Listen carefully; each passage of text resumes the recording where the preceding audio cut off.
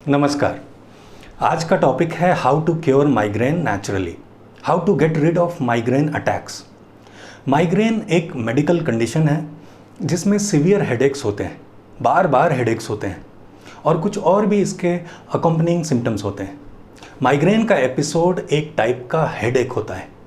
ये एपिसोड्स अक्सर स्टेजेस में होते हैं और कई दिनों तक चल सकते हैं। माइग्रेन के सीवियर केसेस में एडल्ट्स के काम पे असर पड़ता है और बच्चों के पढ़ाई पे। माइग्रेन अलग अलग तरीके से लोगों को अफेक्ट करता है और इसके ट्रिगर्स, सिवियरिटी, सिम्टम्स और frequency person to person vary करते हैं।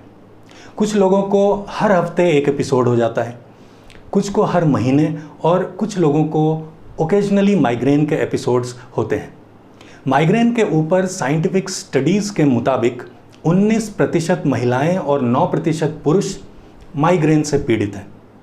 मेनली 18 से 44 साल की उम्र में माइग्रेन के एपिसोड्स होते हैं, पर माइग्रेन का दर्द कभी भी हो सकता है और बच्चों को भी हो सकता है।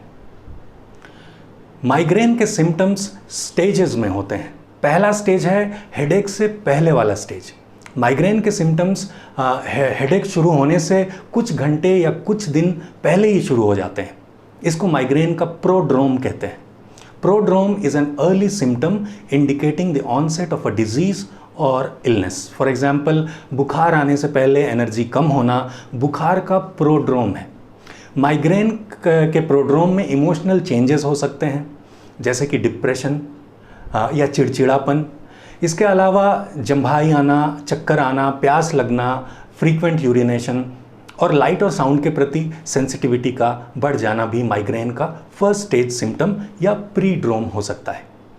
कभी कभी कोई फिजिकल या सेंसरी ऑरा भी एक्सपीरियंस हो सकता है, जैसे कि फील्ड ऑफ विजन में फ्लैशिंग लाइट्स दिखना। ऑरा का मतलब होता है कि आप कुछ बहुत तीखा खा लेते हैं और आपके होठ में जब मिर्ची लग जाती है तो लगता है ना कि होठ कितना बड़ा हो गया है, या फिर किसी को जब थप्पड़ पड़ता है तो गाल लगता है कि मोटा हो गया है, दूर तक महसूस होता है। इसी तरह माइग्रेन में भी जब दिमाग के अंदर घंटी बजती है, जैसे कोई हथौड़ा मार रहा है, तो ब्रेन का सेंसेशन दूर तक चला जाता है, जो कि एक तरह का ऑरा होता है। माइग्रेन का दूसरा स्टेज है ड्यूरिंग द हेडेक, जिसमें कि माइल्ड से सीवियर हेडेक हो सकता है। ऐसे भी हेडेक होता है जिसमें लगता है कि कोई हथौड़े से सर पे मार रहा है, जिसको थ्रॉबिंग या पल्सेटिंग पेन भी कहते हैं। हेडेक के साथ साथ नौजिया, वॉमिटिंग, गर्दन में दर्द, चक्कर आना या नेज़ल कंजेशन भी हो सकता है।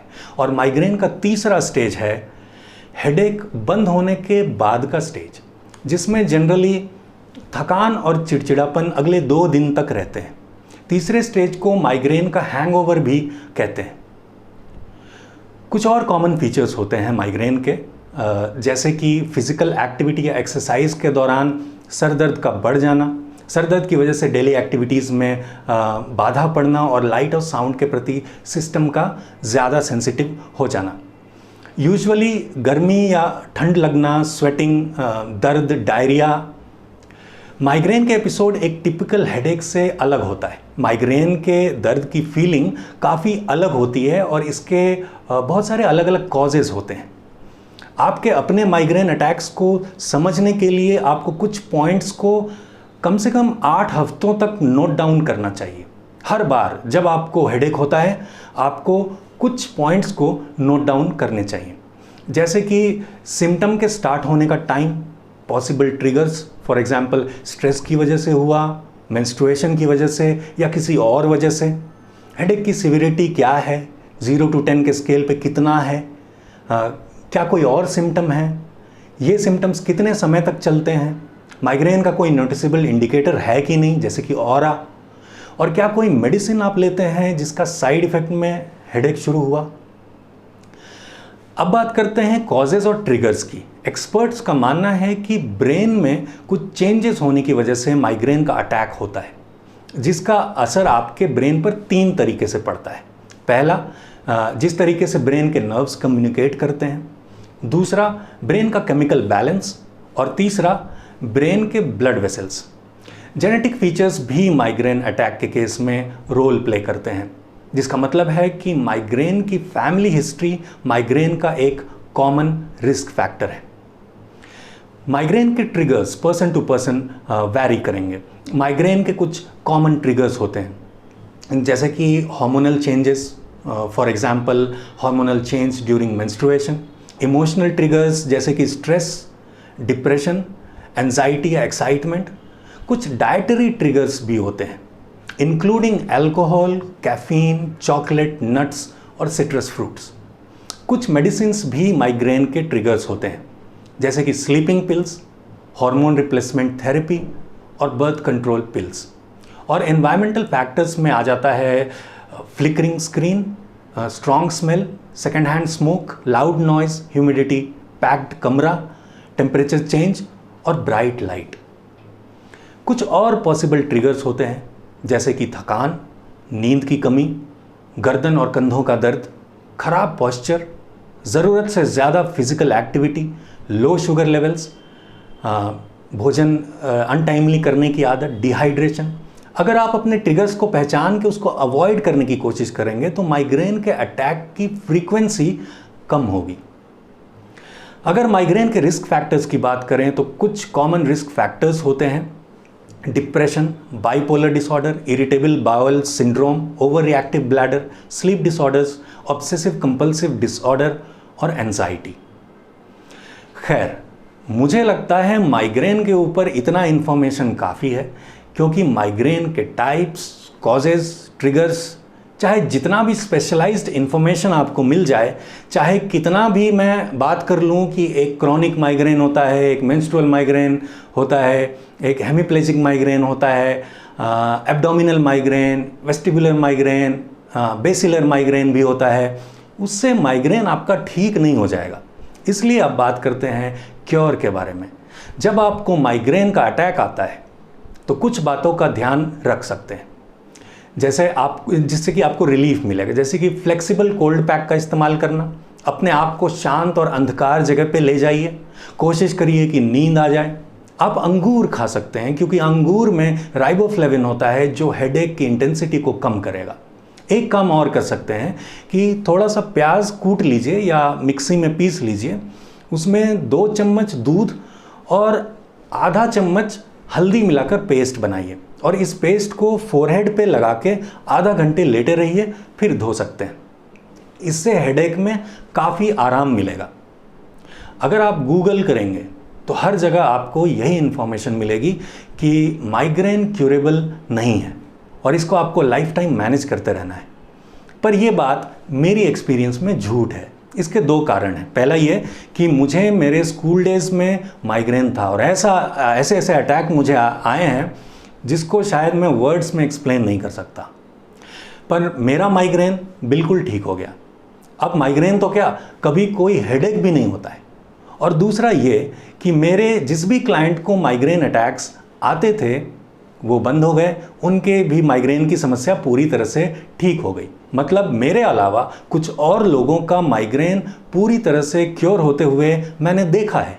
इसलिए चाहे गूगल बोले या दुनिया का सबसे बड़ा न्यूरो साइंस रिसर्च सेंटर बोले कि migraine can not be cured, तो मैं कहूँगा कि वो झूठ बोलता है। क्योंकि एक तो दुनिया का कोई भी मशीन माइग्रेन को डिटेक्ट नहीं कर सकती और दुनिया का कोई भी टेस्ट सब कुछ रूल आउट करके ये नहीं बता सकता आपको कि आपको माइग्रेन ही है। तो क्या मैं ये बोलना चाह रहा हूँ कि माइग्रेन एग्जिस्ट ही नहीं करता है? सही पकड़े हैं, मैं यही कहना चाह रहा हूँ। अच्छा, आपको पता है ना कि धरती पर एक इक्वेटर है, एक tropic of cancer, tropic of capricorn, arctic circle, antarctic circle, ऐसे 360 लैटिट्यूड्स हैं और इसी तरह 360 लॉन्गिट्यूड्स भी हैं। इक्वेटर के पास के किसी भी 2 लॉन्गिट्यूड्स के बीच 1 डिग्री एंगल होता है। अगर इन दोनों लॉन्गिट्यूड्स के बीच की दूरी को हम 60 पार्ट्स में डिवाइड करेंगे तो जो 1 पार्ट है वो 1 मिनट का एंगल होता है। और अगर हम इस 1 मिनट को 60 पार्ट्स में डिवाइड करेंगे तो 1 पार्ट 1 सेकंड होगा और 1 सेकंड का जो डिस्टेंस होता है उसको हम नॉटिकल माइल के नाम से जानते हैं। पर रियलिटी में ना इक्वेटर है, ना लैटिट्यूड, ना लॉन्गिट्यूड और ना ही नॉटिकल माइल है। मैं बोलना चाह रहा हूँ कि हमारी अंडरस्टैंडिंग के लिए माइग्रेन एक नाम है, पर इसका कोई एग्जिस्टेंशियल रियलिटी नहीं है। माइग्रेन टेंशन का दूसरा नाम है। अगर आप टेंशन लेना छोड़ देंगे तो कभी माइग्रेन का हेडेक आपको नहीं होगा, पर अगर बोलने से टेंशन कोई छोड़ दे तो फिर क्या बात थी। पर वास्तविकता यही है कि जब मैं माइग्रेन से परेशान हुआ करता था तब डॉक्टर ने मुझे बताया था कि ये कभी ठीक नहीं होगा, पर उन्होंने ये भी बोला था कि अगर तुम टेंशन लेना छोड़ दोगे तो ये अपने आप ठीक हो जाएगा। ये बात मुझे समझ में आई थी। इंस्टेंटली कुछ नहीं हुआ था, पर धीरे धीरे जब मैंने टेंशन लेना बंद किया तो मेरा माइग्रेन गायब हो गया। माइग्रेन कोई बीमारी नहीं है। जिस तरह कोई गाड़ी रफ चलाएगा तो गाड़ी गर्म हो जाती है, उसी तरह जब आपका मन और आपका शरीर अक्सर अलग अलग काम कर रहे हैं तो दोनों के बीच में एक तनाव उत्पन्न होता है जिसको कि हम थकान कहते हैं। और ये सिलसिला अगर लंबे समय तक चलता है तो माइग्रेन का अटैक होता है। फॉर एग्ज़ाम्पल, जिसको पढ़ने में मन नहीं लगता है ना, वो अगर 3-4 घंटे रोज़ किसी तरह बेमन से पढ़ने लग जाए तो माइग्रेन अटैक उसको शुरू हो जाएगा। आपके ऑफिस का काम या कोई भी काम अगर आप बिना मन के लंबे समय तक करेंगे तो आप माइग्रेन के शिकार हो सकते हैं। इसलिए माइग्रेन को पूरी तरह सॉल्व करने के 2 अप्रोच हैं। पहला अप्रोच है कि आप माइंडफुलनेस की प्रैक्टिस करिए, अवेयरनेस की प्रैक्टिस करिए। मतलब जो भी करिए होशपूर्वक करिए।